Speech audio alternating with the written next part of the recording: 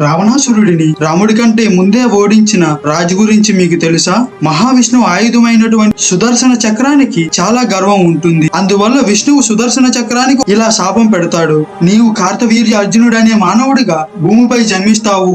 కార్తవీర్య అర్జునుడు పాంచాలి అనే రాజ్యానికి రాజు అయి ఉంటాడు. ఒక రోజు తన భార్యలతో కలిసి నదిలో స్నానం చేస్తూ ఉంటాడు. హఠాత్తుగా స్నానం చేస్తూ పెద్ద పెద్దగా అరవడం మొదలు పెడతాడు. అయితే రావణాసురుడు పక్కనే ఉన్న కొలను దగ్గర శివుడికి ప్రార్థిస్తూ ఉంటాడు. కార్తవీర్యార్జునుడు చేసే పనులు రావణుడికి చాలా కోపం తెప్పిస్తాయి. రావణుడు యుద్ధానికి సవాలు విసురుతాడు. అయితే ఈ యుద్ధంలో ఏం జరిగిందో తెలిస్తే మీరు కూడా నమ్మలేరు.